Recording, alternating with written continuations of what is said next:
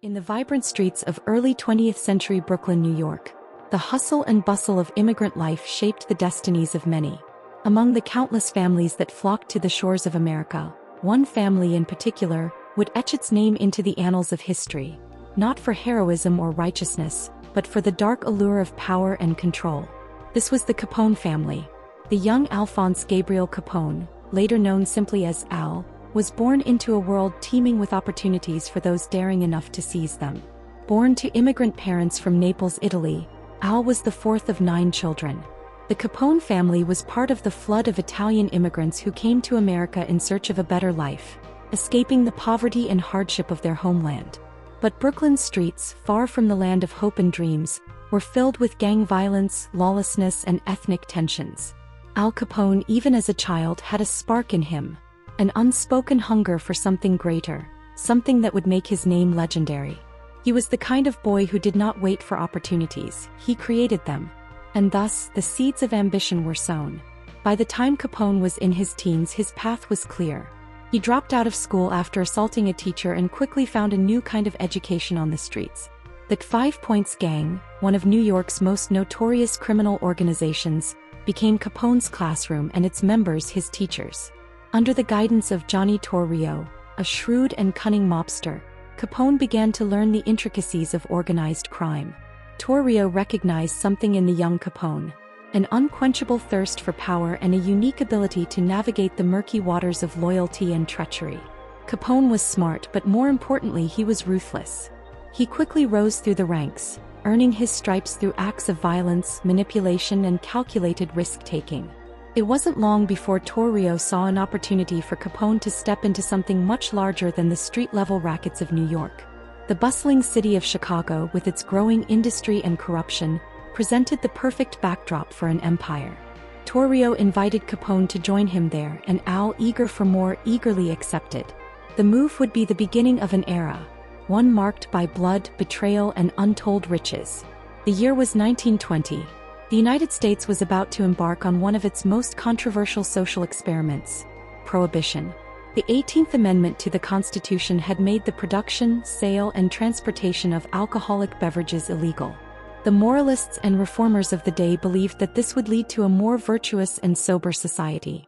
But instead, it created a fertile ground for the underworld to flourish. Where the law saw prohibition, men like Al Capone saw profit. The demand for alcohol didn't diminish. It simply went underground. Speakeasies sprang up in every city, secret locations where men and women could still indulge in a glass of whiskey, gin, or beer, at a price. Bootlegging, the illicit production and distribution of alcohol, became the new gold rush, and Capone was determined to stake his claim.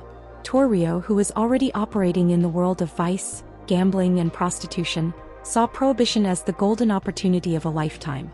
Together with Capone, they built an empire that controlled much of the alcohol flowing through Chicago. But as their wealth and influence grew, so too did the danger. Chicago in the 1920s was a city at war. Rival gangs, eager to capitalize on the lucrative business of bootlegging, battled for control. At the heart of this war stood Al Capone. While Torrio had been the brains behind their early operations, it was Capone who would rise to become the face of organized crime in America. Torrio's time at the top came to a violent end in 1925 when he was nearly assassinated by a rival gang. After surviving the attack, Torrio decided it was time to step down, leaving the entire operation in Capone's hands. Al, now only 26 years old, became the undisputed kingpin of Chicago's criminal underworld. Capone wasted no time in consolidating power. Using both bribery and brute force, he expanded his empire, taking control of speakeasies, brothels, gambling dens, and more. The city's politicians, police officers, and judges were all on Capone's payroll, allowing him to operate with near impunity. But his rise to power wasn't without a cost. The streets of Chicago became soaked with blood as rival gangs, particularly the North Side Gang led by Bugs Moran, fought back against Capone's dominance. The violence reached its peak on February 14, 1929, with the infamous St. Valentine's Day Massacre. 7 members of Moran's gang were lined up against a wall and gunned down by men posing as police officers. Though Capone was never directly linked to the murders, it was widely believed to be his doing. The massacre solidified Capone's control over Chicago, but it also attracted unwanted attention from federal authorities. Capone, who had always managed to evade serious legal trouble, now found himself in the crosshairs of the law. While Capone's public life was defined by his criminal empire and the violence that came with it, there were aspects of his life that remained hidden from the public eye, secrets that even those closest to him were unaware of. One of Capone's most closely guarded secrets was his obsession with philanthropy. Despite his ruthless nature, Capone believed in giving back to the community. During the Great Depression, he funded soup kitchens that provided meals for the unemployed and hungry.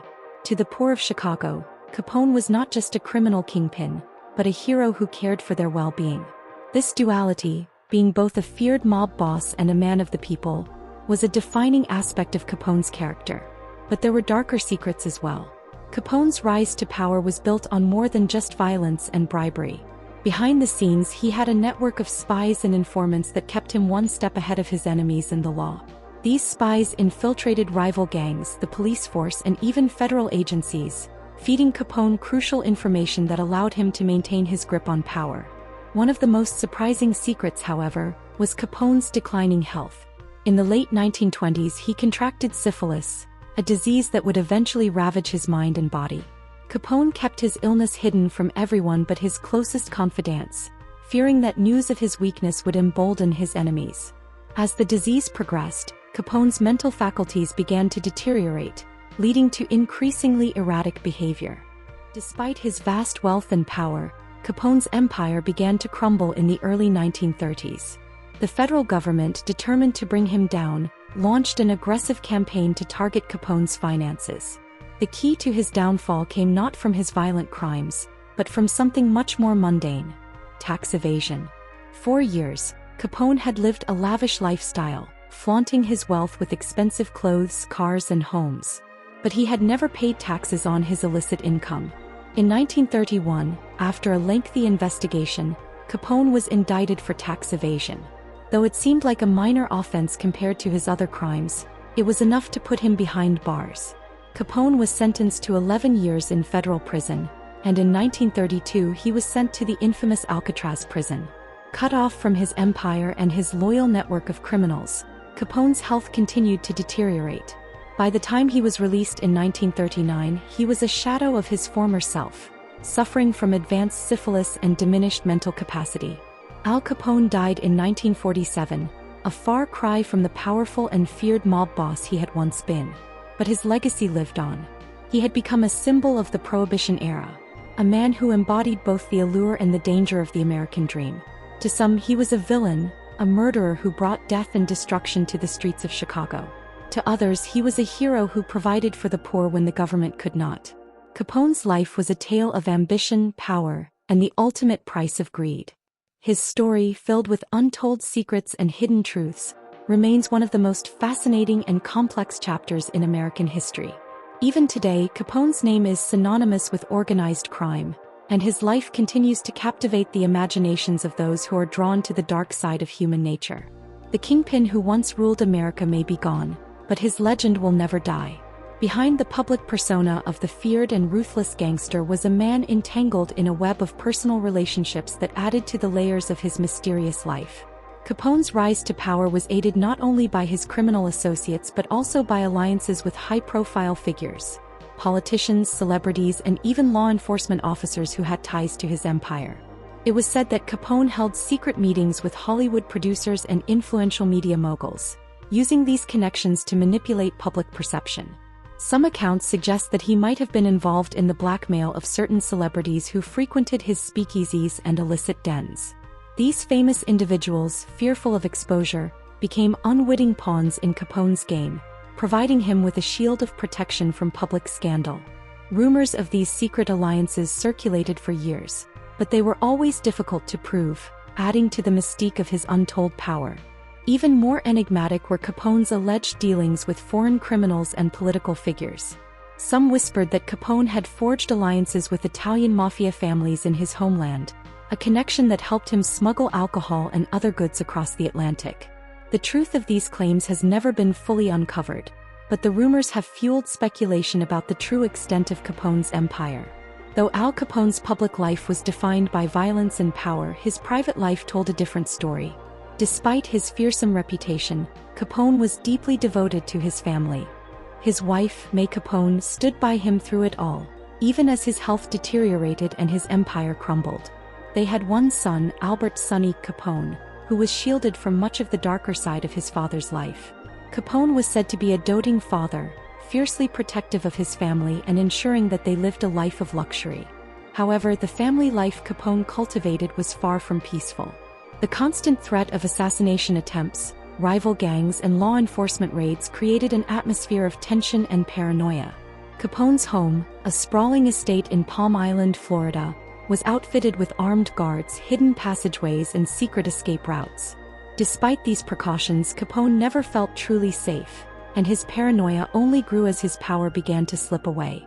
The decline of Capone's mental health, accelerated by his syphilis, took a heavy toll on his family. As the disease ravaged his mind, Capone became more erratic and unpredictable. He would go from moments of lucidity to fits of rage, often lashing out at those closest to him. In his final years, Capone was a shell of the man who had once ruled Chicago with an iron fist. Al Capone's life was a study in contradictions. He was both a ruthless killer and a generous benefactor, a man who thrived in the shadows but craved the spotlight. His name became synonymous with crime, yet his influence extended far beyond the criminal underworld. To this day, the secrets of Al Capone's empire remain largely untold. The full extent of his power, the true scope of his connections, and the depth of his influence are mysteries that may never be fully uncovered. What is certain, however, is that Al Capone left an indelible mark on American history. In the end, Al Capone's life was more than just a tale of crime and violence. It was a reflection of the darker side of the American dream. His rise to power, fueled by ambition and greed, was a reminder that in the pursuit of success, the line between right and wrong can become dangerously blurred. Capone's legacy continues to captivate, and as long as there are stories to be told, the name Al Capone will live on, forever entwined with the untold secrets of one of America's most notorious kingpins. This folk tale, shaped by history and the imaginations of countless storytellers, paints a vivid picture of a man whose life defied simple explanation.